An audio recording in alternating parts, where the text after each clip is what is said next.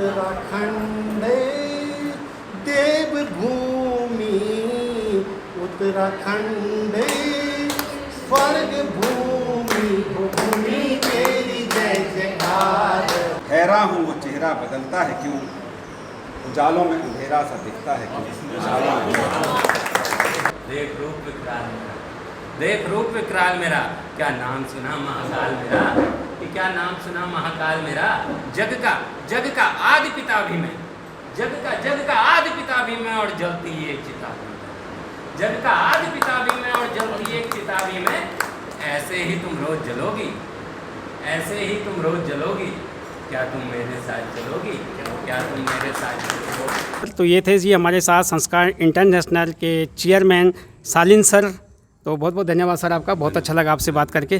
सबको नमस्कार प्रणाम, मैं दीवानेगी स्वागत करता हूँ आपका अपने यूट्यूब चैनल पर। और आज आया हूँ मैं संस्कार इंटरनेशनल स्कूल जोगीवाला में, और यहाँ पर चल रही है मिशन 4G की मीटिंग। तो चलिए चलते हैं और देखते हैं आज की मीटिंग। और ये सीधी रोड आ रही है जोगीवाला से, और ये देखिए ठीक सामने है संस्कार इंटरनेशनल स्कूल।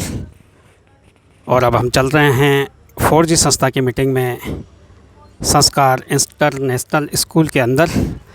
तो देखिए, और ये है मुख्य प्रवेश द्वार स्कूल में जाने के लिए। और अब हम चल रहे हैं गेट से अंदर। अब चल रहा हूँ मैं संस्कार इंटरनेशनल की मेन गेट से अंदर को, और यहाँ पे हो रही है मिशन 4G संस्था की मीटिंग। और उस मीटिंग में चल रहे हम लोग, चले चलते हैं और देखते हैं आज की मीटिंग।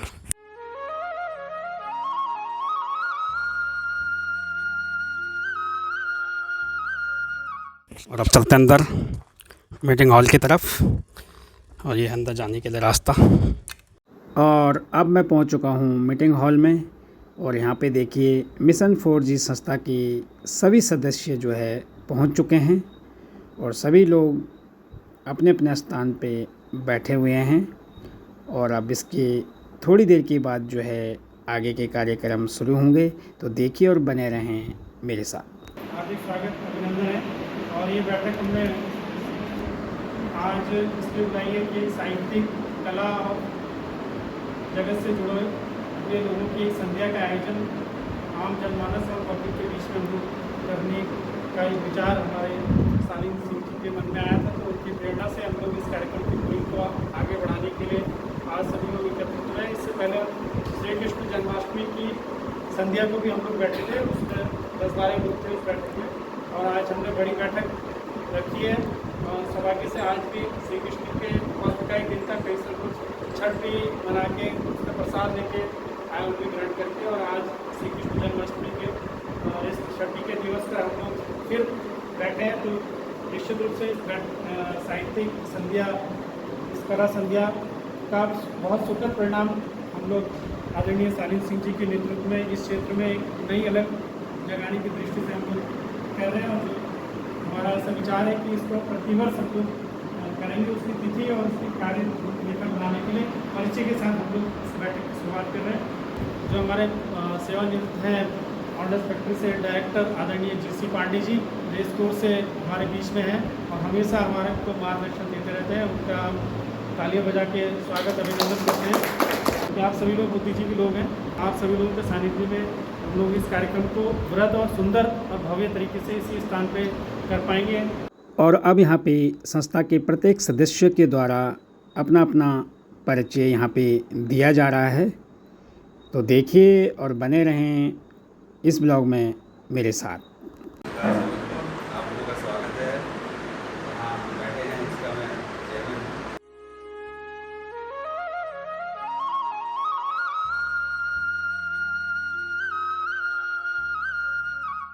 सभी सदस्यों के द्वारा यहाँ पर अपना अपना परिचय दिया गया है।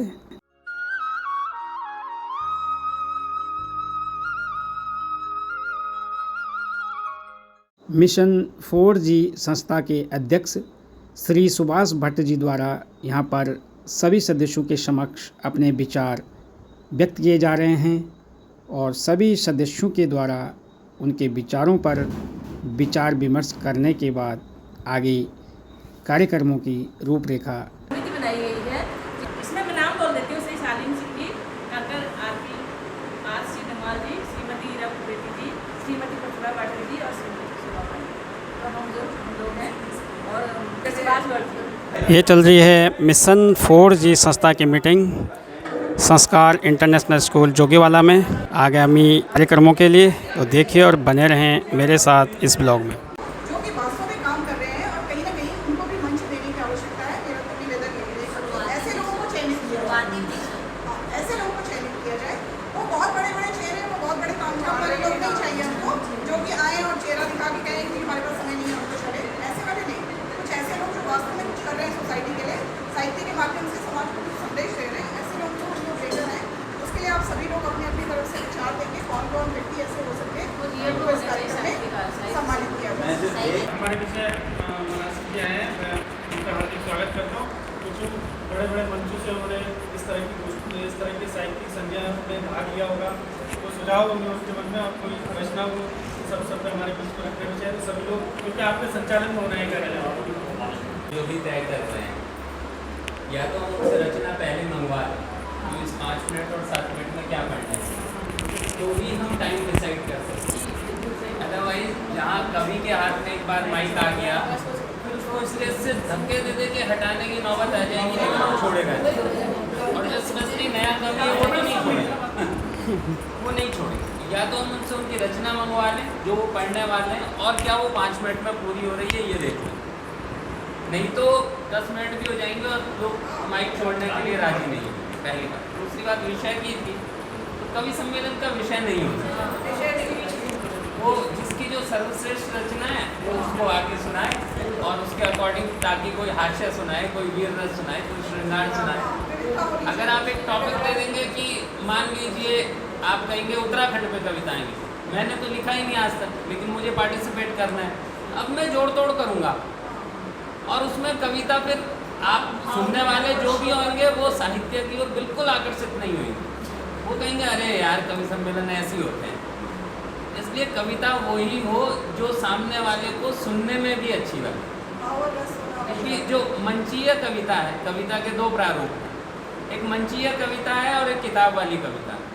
मंचीय कविता में मंचीयता भी होनी चाहिए, उसको उसका मंचन करना भी आता हो, तो मंचन भी एक महत्वपूर्ण बिंदु है। इसलिए जब आप उन लोगों का चयन करें तो कविता हो सकता है कि बहुत अच्छा हो, लेकिन कविता का व्याख्याता वो मंच पर उसकी व्याख्या इतने अच्छे से ना कर सकता हो, तो फिर मंचीयता सभी के लिए नहीं होती।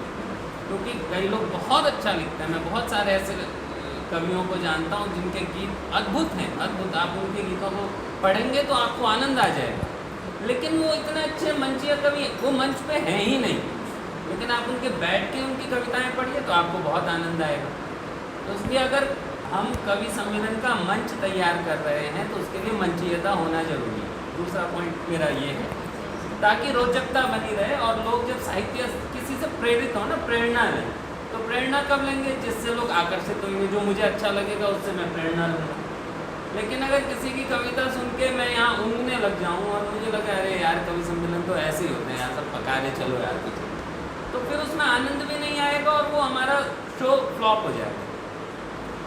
इसलिए जो भी नए लोग आए उनको थोड़ी बहुत हम पहले, जैसे मैंने एक बार एक राष्ट्रीय कवि संगम का कार्यक्रम होता है दस्तक, तो दिल्ली में जब दस्तक का कार्यक्रम होता है तो पहले बुला के स्टेज पे शाम को अगर कवि सम्मेलन होना है तो सारे नए कवियों को पहले बुला के दिन में उनकी कविता सुन लेते हैं और उनसे ये भी जान लेते हैं कि स्टेज पे कौन सी कविता बोलने वाले हो, कहीं उसमें कुहड़ता तो नहीं है। क्योंकि नए बच्चे आजकल स्टेज के नाम पे और हास्य के नाम पे कुछ भी लिखने को तैयार है, तो कुहड़ता ना हो, ये हम या तो जो हमारी कमेटी है वो एक बार उनसे उनकी वही कविता पहले सुन ले जो वो मंच पे सुनाने वाले। बाकी आप लोगों ने जो चर्चाएं की वो सब सार्थक हैं और बाकी विषय मेरे बोलने लायक अभी इतने हैं भी नहीं। जी आप प्लीज़ बैठिए, आप खड़े क्यों हैं? जो चयन समिति वाले हैं वो 40 सेकंड का ये हमने आप लोग डिसाइड करा था, 40 सेकंड का उनका ऑडियो बना लेंगे, उसमें से उनका वॉइस का भी पता चल जाएगा, किस तरह प्रस्तुत करते हैं ये पता चल जाएगा, कविता उनका स्तर भी पता चल जाएगा। यहाँ पे जब कवि सम्मेलन होगा उसका टाइम का तो फिक्स हो गई, जो संचालन करेगा उसको सब पहले बता दिया जाएगा। उसके वीडियो ऑडियो एक कमेटी जो है वो सब देख लेगी। और यहाँ पे चल रहा है अगले कार्यक्रम के लिए चर्चा, तो देखिए और बने रहें इस ब्लॉग में मेरे साथ। शिव भी नहीं चाहते कि उद्धव प्रजापति की इच्छा के विरुद्ध गौरा माता से विवाह करें, लेकिन गौरा माता की हजारों वर्ष की तपस्या के बाद शिव को मजबूर होकर गौरा के सम्मुख आना पड़ता है और शिव अपना परिचय देते हुए गौरा से कहते हैं कि तुम्हें मुझसे विवाह क्यों करना। शिव अपना परिचय देते हैं और उस वक्त जो शिव और गौरा का संवाद हुआ होगा उस पर मैंने कुछ लाइन जोड़ने की कोशिश की, वो मैं आपको सुनाऊंगा। शिव अपना परिचय देते हैं और कहते हैं कि मैं कौन हूँ। शिव कहते हैं कि घोर अमावस काली रातें, घोर अमावस काली रातें और अघोरी वाली बातें, घोर अमावस काली रातें और अघोरी वाली बातें, मरघट पर मेरा है पहरा सन्नाटा पसरा है गहरा, मरघट पर मेरा है पहरा सन्नाटा पसरा है गहरा, भोजन को लौटाना थाली दुनिया कहती मुझे कपाली, कि भोजन को लौटाना थाली दुनिया कहती मुझे कपाली। मैं महारुद्र प्रचंड हूँ, मैं महारुद्र प्रचंड हूँ, मैं सबसे घातक वो दंड हूँ, मैं महारुद्र प्रचंड हूँ, मैं सबसे घातक वो दंड हूँ, मैं भूतपति में व्योम केश धारण करता भग्नावशेष, मैं भूतपति में व्योम केश धारण करता भग्नावशेष, देख रूप विकराल मेरा, देख रूप विकराल मेरा, क्या नाम सुना महाकाल मेरा, कि क्या नाम सुना महाकाल मेरा, जग का आदि पिता भी मैं, जग का आदि पिता भी मैं और जलती एक चिता भी मैं, जग का आदि पिता भी मैं और जलती एक चिता भी मैं, ऐसे ही तुम रोज जलोगी, ऐसे ही तुम रोज जलोगी, क्या तुम मेरे साथ चलोगी, क्या तुम मेरे साथ चलोगी। और फिर गौरा माता ने जो उत्तर दिया, अगर आपको लगे कि इस भारत की महिलाओं का प्रतिनिधित्व अगर कोई करता है तो माता गौरा करती है, तो आप तब तानिया मुझे। माँ गौरा कहती है शिव को कि हे शिव, तुम महाकाल मैं काल, तुम महाकाल में काल रात्रि, तुम आदि योग में सिद्धिदात्री में भद्रकाली में प्रत्यक्षा में, मैं भद्रकाली में प्रत्यक्षा में भवप्रीता में हूँ दक्षा, मैं चंडी मैं ही काली हूँ, मैं चंडी मैं ही काली हूँ, मैं माता खप्पर वाली हूँ। शिव ने कहा कि मैं कपाली हूँ, तो कह रही मैं भी तो खप्पर वाली हूँ। महाशिव की कविता सुनकर के सब में जोश आ गया और मैं कह भी रहा था कि क्योंकि जो इसमें तकनीकी चीज़ें जो है ज़्यादा जरूरी है, क्योंकि काफ़ी पाठ जब कर रहे हैं और आपके पास जो ऑडियंस आएगा, ऑडियंस के साथ साथ जो लोग जुड़े रहेंगे, एक तो शिक्षा जगत से जुड़े रहेंगे और महामहिम राज्यपाल की आप बात करेंगे, तो एक तो इसको समय के अंदर ढालना है और एक वर्णता से भी बचना है। तो उसका सबसे अच्छा तरीका ये है कि पहले या तो कविता मंगाई जाए या फिर जो है वीडियो मंगाई जाए। आपने बहुत अच्छी बात की। और यहाँ पर देखिए किताब देकर और पट्टा पहनाकर जो कवि लोग यहाँ पे आए हुए हैं उनका स्वागत सत्कार किया जा रहा है। यहाँ पे मुझे बहुत अच्छा लगा, बड़े बड़े विद्वान हैं, आप लोगों के समक्ष बोलना सूरज को दीपक दिखाने जैसी है। उत्तराखंड देवभूमि, उत्तराखंड स्वर्ग भूमि, भूमि तेरी जय जयकार, उत्तराखंड भूमि तेरी जय जयकार, उत्तराखंड पार्वती तू मैत्यूची, पार्वती तू मैत्यूची, छयो शिव जी को सौर्यास, उत्तराखंड छयो शिव जी को सौर्यास, उत्तराखंड। तो आप सभी के सबको वंदन और नमन, धन्यवाद। शालीन सिंह जी इसके प्रेरणा स्रोत हैं, उनके सानिध्य में, उनके मार्गदर्शन में हम लोग कैसे कार्यक्रम कर रहे हैं, किन लोगों को हम साहित्य लोगों को किस प्रकार से सम्मानित कर रहे हैं, और कोई रचना भी आप भी सुनाना चाहिए तो आप भी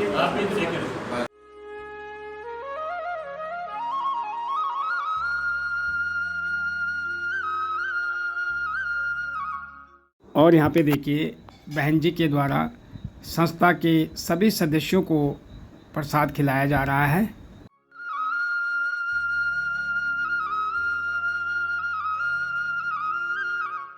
धन्यवाद बहन जी प्रसाद खिलाने के लिए। उजालों में अंधेरा सा दिखता है क्यों, उजालों में अंधेरा सा दिखता है क्यों, अपने में पराया सा झलकता है क्यों, है बदलाव इंसान की फितरत में माना, है बदलाव इंसान की फितरत में माना, हैरान हूँ वह चेहरा बदलता है। जी हाँ। अब हो न ज़रूरत किसी की किसी को, अब हो न ज़रूरत किसी की किसी को, पर रिश्ते को पुराने को चलता है क्यों, भरोसा है पूरा निर्णय पर तेरे, पर हैरान हूँ फिर भी ओ परवरदिगार, ये कमी तूने इंसान में छोड़ी है क्यों, उजाले में अंधेरा सा दिखता है क्यों, अपने में पराया सा झलकता है क्यों, है बदलाव इंसान की फितरत में माना, है बदलाव इंसान की फितरत में माना, हैरान हूँ वो चेहरा बदलता है क्यों, उजालों में अंधेरा सा दिखता है क्यों। और बाकी आप सब लोगों का आने का बहुत बहुत धन्यवाद। आप सब लोग किसी चीज़ पर हम सब लोग सहमत हो गए हैं, 2-4 बिंदु जो हम लोगों ने डिस्कस किए, तो उन्हीं को अगली जो मीटिंग होगी आगे बढ़ाएंगे। कुछ और किसी के मन में विचार आए तो कोई नई चीज़ अपना बताना चाहें तो आगे तक। मैं सुभाष भट्ट आप सभी लोगों का फिर से स्वागत करता हूँ और सब लोगों के प्रयास से हम लोग कार्यक्रम सफल कर पाते हैं और सभी लोग इसको अपना कार्यक्रम समझते हुए करें। और संस्थान बड़ा होता है, व्यक्ति कोई बड़ा नहीं होता है। संस्थान अगर कोचिंग संस्था कोई आगे बढ़ेगी तो हम सभी लोग आगे बढ़ेंगे। आपको बताया था कि मैं आया हूँ मिशन 4G संस्था के कार्यक्रम में और मैं आया था संस्कार इंटरनेशनल स्कूल में, और यहाँ पे मेरे साथ हैं संस्था के अध्यक्ष भट्ट जी और उपाध्यक्ष डंगवाल जी, और साथ ही मेरे साथ हैं संस्कार इंटरनेशनल स्कूल के चेयरमैन सालिन सिंह सर। और आइए करते हैं उनसे थोड़ा सा, आज हमारी यहाँ पे मीटिंग हुई है 4G संस्था की, उसके बारे में। तो सर कुछ बोलेंगे आप आज की मीटिंग का बारे में? असल में शुरुआत 4G के बारे में तो बता दिया है, भट्ट जी से हमारी मुलाकात हुई जी। और एक हमने विचार मन में आया कि यहाँ कुछ साहित्यिक जी स्तर पे कुछ किया जाए 4G के थ्रू। तो हमने तय किया कि यहाँ के जो कुछ कवि हैं उत्तराखंड के जो उभरते कवि हैं, तो उनको मौका देने का एक मंच बनाया जाए और साथ ही में कुछ ऐसे लोग जो साहित्य से जुड़े हुए हैं, जिन्होंने कुछ साहित्य के लिए बहुत अच्छा काम किया है, उनको सम्मानित किया जाए। तो आज हमारी यहाँ पर दूसरी मीटिंग रही है, काफ़ी अच्छी सक्सेसफुल रही है। उसके जो हमने उसके कुछ बिंदु डिस्कस किए हैं, किस तरीके से इसको संचालित किया जाए, और कुछ लोगों को जिम्मेदारियाँ दी गई हैं और एक अच्छी शुरुआत करने का क्या नींव रखी गई है। तो बस इससे यही कहना चाहूँगा कि अब देखिए आगे आप लोगों का सहयोग चाहिए, सब लोगों का। अच्छे कवियों को सुनिए, उनके अच्छे विचारधारा सुनिए, उनको प्रोत्साहन दीजिए और आपका मैसेज दुनिया को उनके माध्यम से उनको पहुंचाने का मौका दीजिए।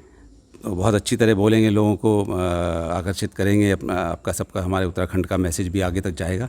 तो इसलिए हर बिंदु से, हर पॉइंट ऑफ व्यू से ये जो है मंच और ये जो हमने साहित्यिक जो कार्यक्रम का वो हमने शुरुआत की है, ये हर पॉइंट ऑफ व्यू से अच्छा रहेगा उत्तराखंड के लिए भी और हमारे देश के लिए भी।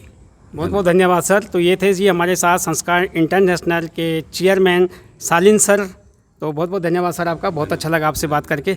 इस वीडियो को करते हैं यहीं पे समाप्त। वीडियो पसंद आए तो वीडियो को लाइक करें, शेयर करें, सब्सक्राइब करें, कमेंट करें।